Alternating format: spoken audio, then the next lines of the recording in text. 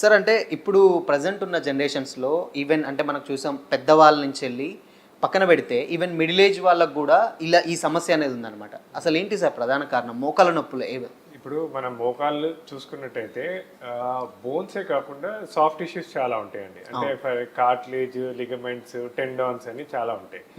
So ఈ ఏ reason చేతైనా, ఏ కారణం చేతైనా ఎప్పుడైతే ఇవి పాక్షికంగా దెబ్బతింటాయో, అంటే పార్షియల్ డ్యామేజెస్ ఆర్ అరిగినప్పుడు కానీ ఇలా నొప్పులు రావడం మొదలుపెడుతుంది.